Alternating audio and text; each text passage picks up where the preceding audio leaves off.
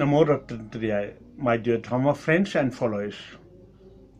Today also I came with a topic in continuing to the purification of mind. While we say the mind's purification, it is utmost important to follow the good conducts.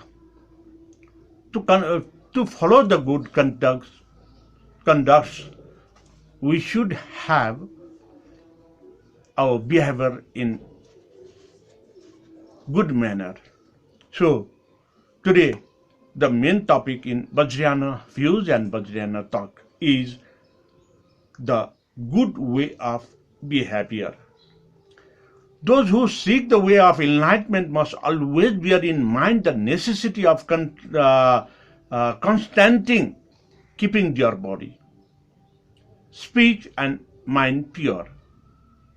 Until and unless we could make better good in body, speech and mind, we could not succeed to purify our mind too.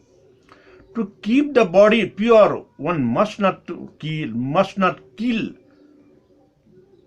any living creatures.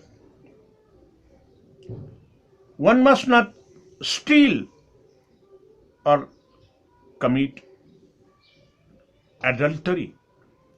To keep speech pure, one must not lie, to abuse or deceive or indulge in idle talk. To keep the mind pure, one must remove all greediness, anger and false judgment too. So, if the mind becomes impure,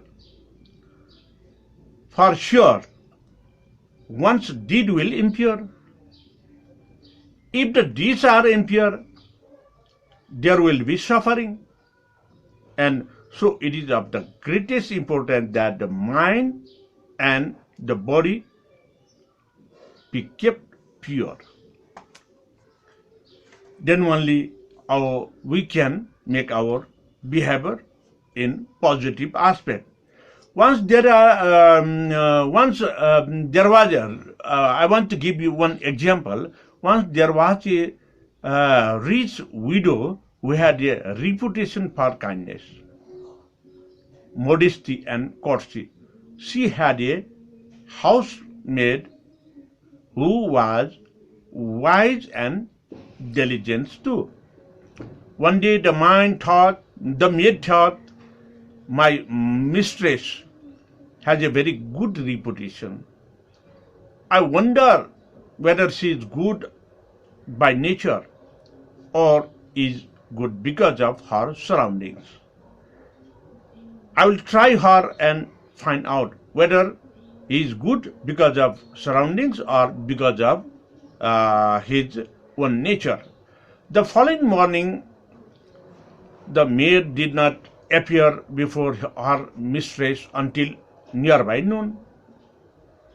The mistress was vexed and scolded her impatiently. The maid replied, "If I am lazy for only a day or two, you ought not to become impatient." Then the mistress became very angry. The next day, the maid got up late again. This made the mistress very angry.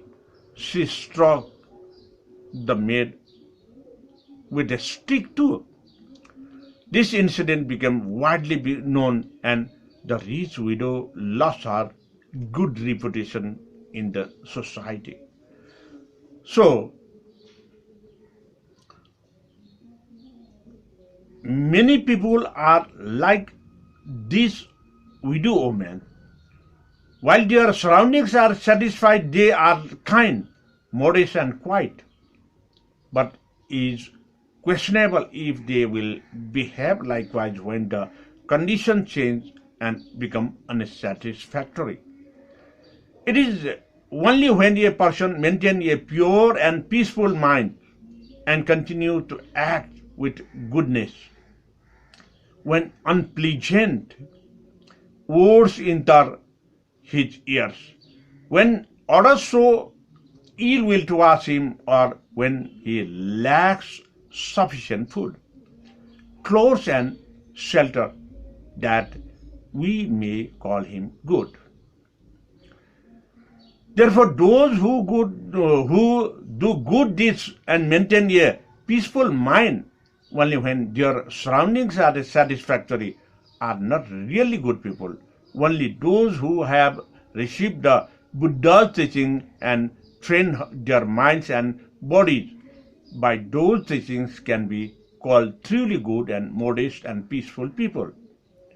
As to the sustainableness of words to be used, therefore, 5 pairs of antonyms, or that are suitable to their occasion, and those not so suitable to their words that fit the facts, and those that don't fit.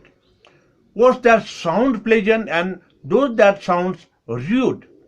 Words that are beneficial and those that are harmful, and words that are sympathetic and those that are hateful too. Whatever words we utter should be chosen with care for people. We should not take precaution whether the words are good or bad. We should listen carefully for the betterment of others. People will hear them and be influenced by them for good or ill. If our mind are filled with sympathy and compassion, they will be resist to the evil words we hear. We must not let wild words pass our lips, lest they arouse feelings of anger and hatred. The words we speak should always be words of sympathy and wisdom. Suppose there is a man who wants to remove all the dirt from the ground. He uses a spade and winnow and works, perseveringly scattering the dirt all about, but it is an impossible task. Like this foolish man, we can not hope to eliminate all words. We must train our minds, fill them with sympathy, so that our mind will be undisturbed by the words spoken by others. One might try to paint a picture with watercolors on the blue sky, but it is impossible, and it is also impossible to dry up great river by the heat of a torch made by hay, or to produce a crackling noise by rubbing together 2 pieces of well-tanned leather. Like these examples, people should train their minds so that they would not disturbed by whatever kind of words they might hear. So, my dear Dhamma friends and the followers, in this way, whenever and whatever we got the noise, we got the words spoken by others, we should not take care about the words. Either that word is very torture to us, or that word is very pleasurable to us.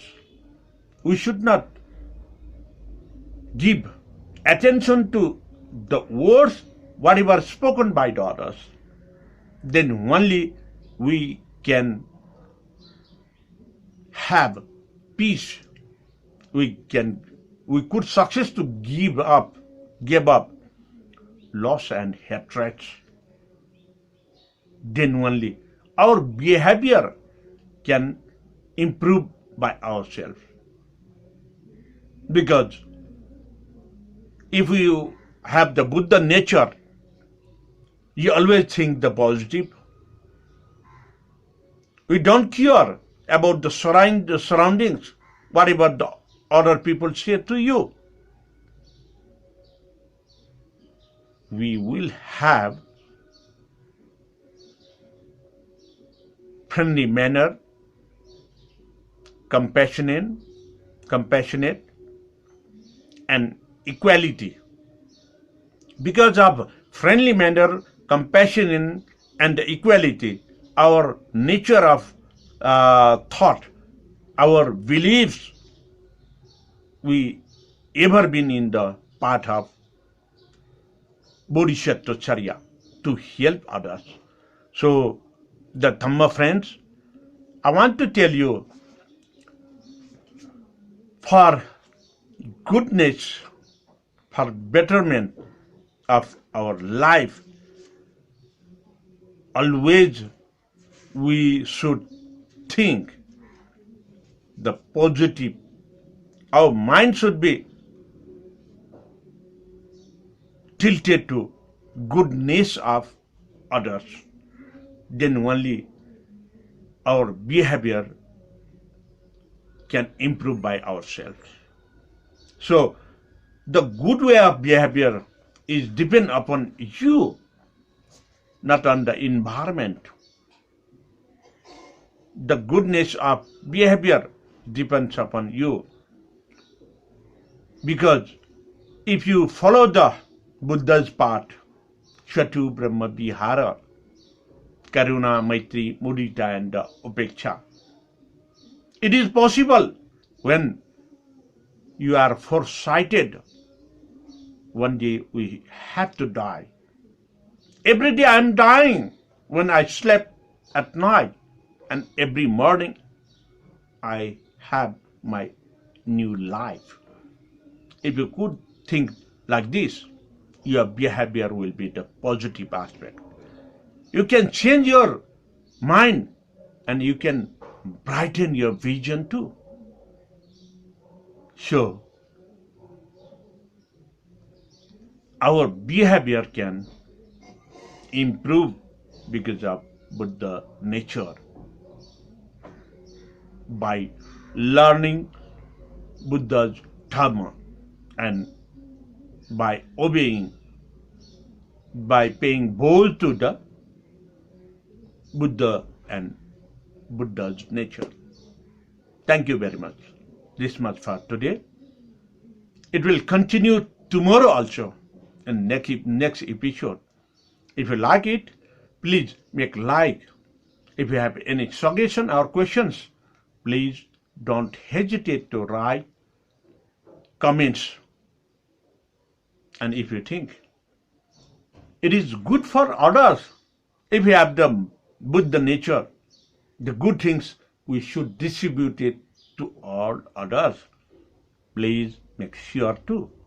And if you want to make good relation with me, please don't forget to subscribe in my YouTube channel in Rajendra Man Bajracharya. Thank you very much. Bhavatu Sarva Mangalam.